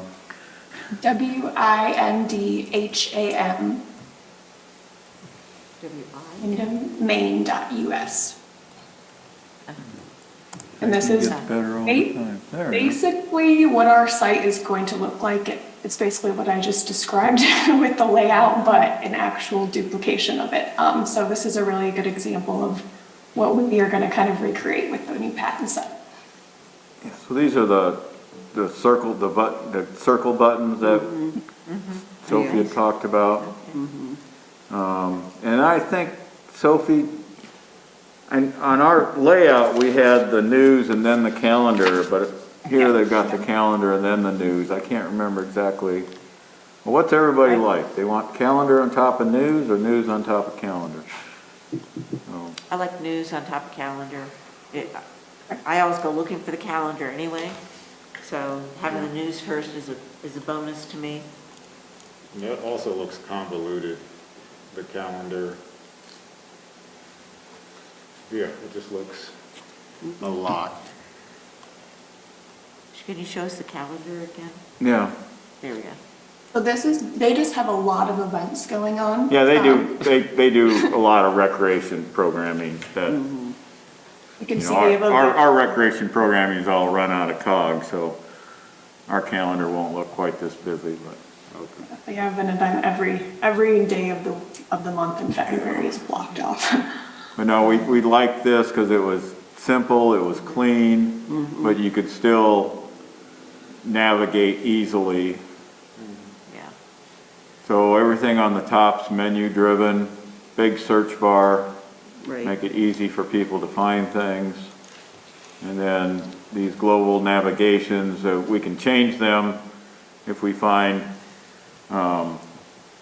people are looking for certain things more often. So Sophie will have access to analytics through this site, so she'll be able to download on a monthly basis about, where people are going, what do they mostly want, and then so we can change some of these things as we need. We find they're more important to people.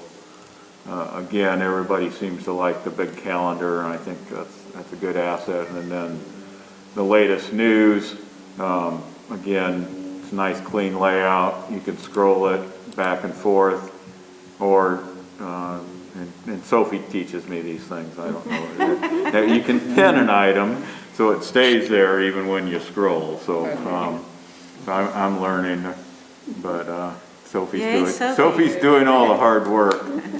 So right now Sophie's building a bunch of new pages in our old site, and then so they'll be migrated over to this new site when it's all ready. Okay. There was one other thing I was going to say, but I lost my train of thought. So I actually like the latest news at the bottom. You like the way what? Yeah. I like the order, the latest news at the very bottom. The way the news is at the very bottom? Yeah.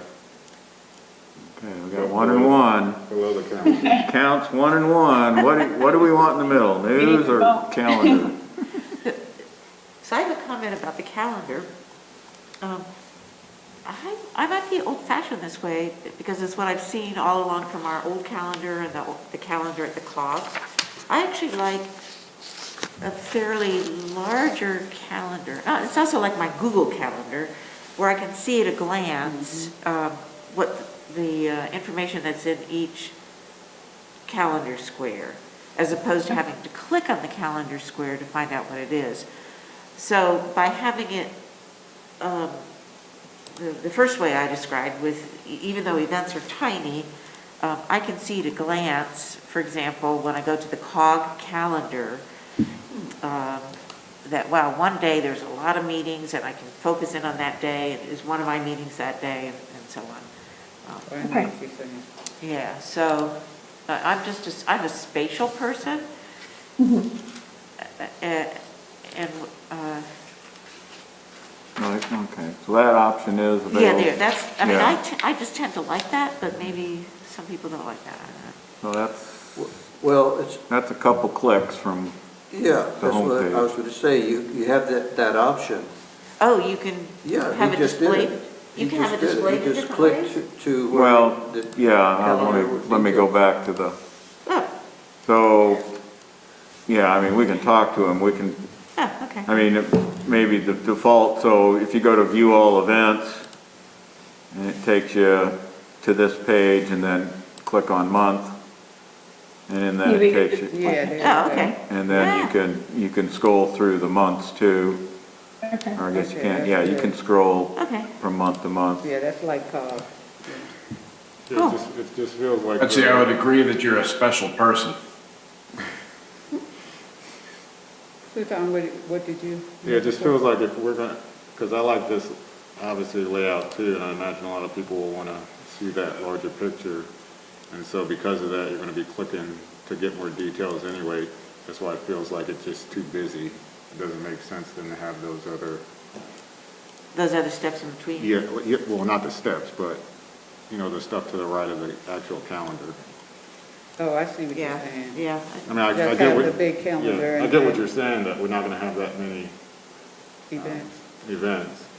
Yeah, I wouldn't go there. If there were pictures there, I might, you know, if there were little symbols, like every time there was this, if we did story time, every time there's a picture of a book, then I could know graphically where the books were.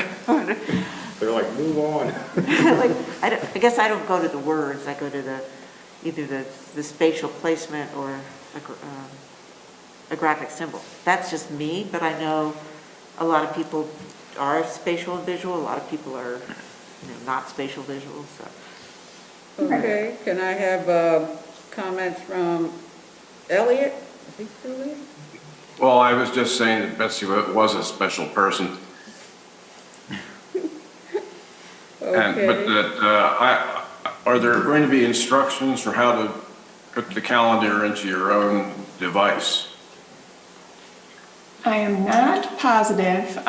So I'm going to be going through a 3-day intense training on this new website platform. So I will be learning a lot about it before we launch. So I guess I could probably answer that a little further down the road. And Doug's clicking in here a little more. I'm not wondering if there's like a button that says like send to calendar It or says- something. Well, there's a notify me button, I'll click on that. Subscribe to iCal though. Not sure what that did. Okay. What was the other? The notify me button, if I remember correctly, That's that what sets it says. Like you you can up on a list. You can Yeah, select there's a it. subscribe to iCalendar. Then it'll show up in your phone. Okay, so there you go. Okay. I mean, I'm a guy who usually does this from my PC, so, yeah, no, so I can, you know, if I click on save and close, it'll go to my Outlook calendar. Yeah. I assume it That's works more or less the same way on any other, on an iPhone or iPad or an Android device. Well, it might be helpful too, once y'all sort of like finalize this, to show like an interface on an actual phone, because it's gonna look, and that's gonna look a lot different than on a PC. Okay. And Supervisor Trevino, you have any comments? Great work. Yeah, I happened to, this afternoon, review the College Township website, because I had not looked at it before. And I thought they did a great job. This looks wonderful, so I don't have any suggestions for any kind of improvements. So, see, I just have a question. Where would not our logo, but the message, all are welcome, go? Place for all? A place for all, yeah. A place for all, yes. I think we have it noted that we'd like it on a banner on the top, so I'm not sure if it's gonna be, like, if we have the logo where that town of Wyndham, Maine is, I guess it says seal with text, so that, I guess they're planning on maybe underneath the logo right there, or if they're just gonna do a Yeah, full. that's something. I think, we talked about a small banner at the top, so. Okay. So what'll happen over the next couple of months is these spots will get filled in Okay. with actual content. And, we're on a fairly tight schedule moving forward. Civic Plus has us scheduled for a series of meetings between now and June. And sometime latter part of June, we're scheduled to go live. So we'll bring you updates as we can. The one thing, we still have the question about calendar before news or news before calendar. The count is 1 and 1 right now. Okay, I vote news before calendar. News has got 2. Anybody, any other I'm preferences? going with Elliot. We lost it. What? You got a Elliot? preference, Elliot? News first and then calendar, or calendar then news? That's my news. I'll be able to find them either way, I have no preference. Okay. I give Alex a vote. No. I have to go with 2 times, kind of like 2 to 2. What's that? I'm going. You want to go with the, Calendar? you're the calendar folks, aren't you? Yes, we are. Okay. I'll give you the final say, Doug. Well, why don't we do this? Right now, we have news on top of calendar. We'll leave it like that. We'll also find out if for some reason we want to switch it, Well, can we get a sample of both so we can see and maybe decide then? You writing, taking notes, Sophie? Yeah. Okay. Yeah, we'll see what we can do. Okay, thank Okay. you. Is that it? Any other Joan comments? has her hand raised. Huh? Joan Bouchard. Joan has her hand raised. Oh, sorry, we didn't see you on there. That's okay. Can you hear me all right? Yes. Okay. When I was looking to join one of these meetings a couple months ago, I went to the town website and I could not find a hot link so that I could go to the meeting that was going to be tomorrow. I had lost my invitation. And I finally had to go to the CNET site and find it there, just in time to get to the meeting. So I'd just like to request that it be easy to find clickable links to go to things like the supervisors meeting, because the website that we had, or we still have now, I guess, did not have that, and it was really hard to find.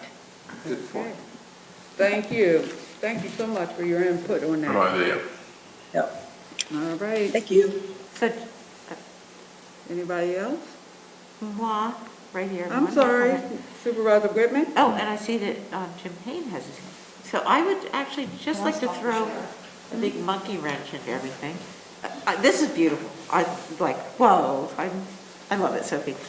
I just want to remind people that we did talk about updating the logo. Obviously, we don't have to do that between now and June, but that would maybe drive the mood colors or whatever they're. Well, we don't have the capacity to do both things between now and Absolutely getting not, this but I'm live, just so. saying, I'm just going to then ask, if we change the motto with different colors, can you then change the colors and the? It would probably do that at a cost, yes. Yeah, okay, just, like I said, it was a monkey wrench. Okay. I just wanted to remind people about the Now, let me updated get logo. Jim. It's Did on the Jim- work list. Did Okay. Jim Payne have, Oh, because I can't see, does Jim Payne have it? It looks like it does. I can do it too. Okay. Jim? Yeah, just a quick comment for people in the Zoom links. If you email the township and ask for the agendas for Board of Supervisors, Planning Commission, BRAC, anything else, Zoom links will be included on the agendas. That's it. Thank you. Yeah, there's a security issue, I think, with putting those links on our website. I'd rather either leave them on the agenda so they go to the people who really are interested, or we go to a registration type of system that COG uses for meetings. I think if we just put the link directly on our website, you know, it's the same as you put email addresses on a website. Those are the ones you get phished from. Yeah. So, I'd want to talk to somebody in IT about the security issues related to putting those directly on a website, but, That's we can find out what our options are. That's fine. Supervisor Magruder, did you have? Yeah, last thing, I know we're talking about this too long, but I'm thinking about the logo design. Could we have like a contest for like Patton Township residents, and they like submit their thing and the best design, we sort of like choose? That's an option we can do. Like I said, I put it on our work list, for Sophie, but I told Sophie that her emphasis for the next few months is getting this website up and running, so. Okay, Understood.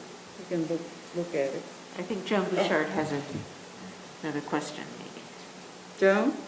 I'm sorry. I think she I didn't guess lower her maybe hand. She didn't lower her hand? All right. No, sorry, it just didn't go away. Okay, no problem. But anyway, I did understand what you were saying about us not getting Zoom bombed.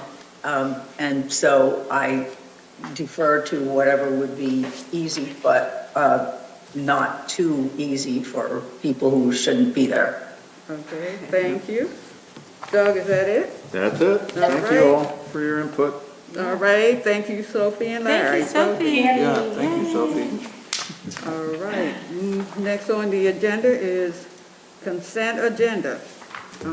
Are there any item or items on the consent agenda that the supervisors would like to discuss or remove from the consent item at this time? I would like to Supervisor Whitman? I would like to make the motion that we accept the consent agenda I'll second. as written. Okay, we'll have a second discussion. All in favor, say aye. Aye. All right, thank you. Moving on, next on the agenda is the manager's report. Development update was included with the planning commission agenda, which if there's any questions, you can respond to those.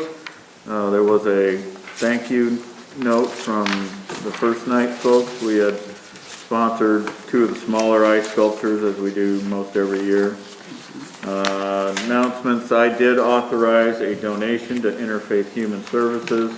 There was a local resident in the township who had some serious plumbing issues at his home and needed repairs to keep the home habitable. So Interfaith Human Services has also collected some monies from some churches and other organizations. We did donate $3,000 for that effort. With that, just the upcoming items on the schedule. We are closed on the 21st. ABC Volunteer Appreciation Dinner is February 11th. We have 60 people who are planning to come, and you can see the rest of the items on the calendar there. Thank you. Okay, next on the agenda is the committee report. Is there any supervisor that would like to add to their report at this time? Madam Chair. Okay, Supervisor Trevino. Well, Elliot's first. Oh, Ask sorry. him. On the Lucy Committee, the only thing I wanted to draw attention to is that Maps are now available that show the bike routes in each of our townships and all on the same map, so you can see where they link and where they don't.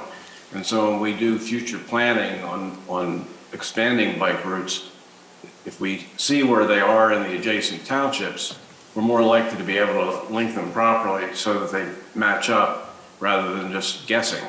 So the planning people have actually developed these maps now. Okay. Next, because I have public safety, we met yesterday, and I will have a extensive report at the next meeting. But I would like to add on to that report that are on the first on a public safety committee. Chief Baird noted some folks that regularly get recognized for their work, that they keep the emergency service operating in our region. And he would like to acknowledge Ken Noble, Operation Chief for Center Link, LifeLink EMS. In addition to his LifeLink duties, Ken coordinates all activities, shooter training for the Region Task Force. Second is John Witherite. He's the fire chief for Port Matilda. He works hard to make most of what a small department has and is a strong and mutual aid partner to us. And lastly is Mark Keller, coordinates the Center County Public Safety Training Center. Mark is a one-person shop working very hard to assure fire and EMS personnel has the access to training that they need and want. The county's financial support of the training site is generous, but it hasn't changed since the inception in 2008. Mark remains a one-person operation for quite some time. So we would like to take this time to recognize these outstanding individuals for all of their hard work to keep us safe.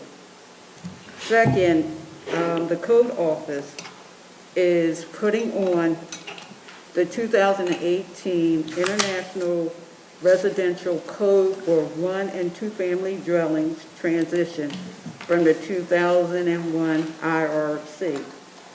On Thursday, February 24th, 2022, at 8 a.m. to 5 p.m. It is virtual. This seminar is 8 hours of training, and it will be open to the public. The seminar cost is $50 per person. Space is limited, and advanced registration is required. The seminar invitation has extended its invitation to builders, contractors, designers, professional designers, and others in the region. And that is it for my public safety. And Supervisor Torreno. Our Finance Committee is meeting tomorrow morning, so I won't have anything to report yet. But also, I volunteered to represent our township on the Parks and Recreation Governance Special Committee. Now, for the benefit of Sutan and the viewing public, last year the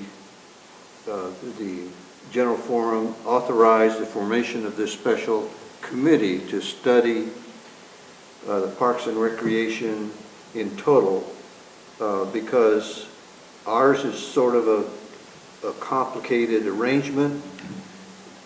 We have a Parks and Recreation Authority, which is an quote independent body. Now, we have other authorities like the State College Water Authority, the UAJA Sewerage Authority. They're independent. They set their own fees. They're self-supporting, but they operate, the sewer system and the water system. Parks is different. the funding comes from the municipalities. So it goes into COG, our contribution to Council of Governments. COG has a Parks and Recreation agency, but the authority has under the law for authorities, Authorities Act or whatever it's called, they can incur debt. They can operate the parks. They set the policies. They do the planning for parks development, et cetera, et cetera. So we have sort of a intermeshed operations where the COG employees, the Parks Agency, who are all COG employees, and the COG and the Recreation and Parks Authority, which then gets the money from the municipalities through COG, and then they can do the operations. But almost all the operations are done by COG employees. So there's a complicated working arrangement, and the members, what do they call them? Memorandums of understanding. MOUs. MOUs. Yeah, memorandums. The municipal resolutions, the transfer, operation of parks to the authority, all that stuff has to be reviewed because it's been many, many years since those documents were written and accepted. And then we also had 2 years ago, a very comprehensive study of parks and recreation in the center region. And one of the strong recommendations from that study was to review the entire governance structure. So, sorry it took so long, but that's why we had this committee. We had our organizational meeting this morning. It looks like I deserve some college credit for serving on this committee because the numbers, the massive documents that we now have in this library that I have to access and read and review is worth at least one college credit, not 3. Anyway, I will keep the board up to date on the progress we make, but it's not going to be like a regular COG committee report. It's just as things come up that you need to be aware of, that we're exploring and discussions we're having about possible, especially if there's going to be any possible changes in the way things are done now. I'll let you know. Okay. Thank you.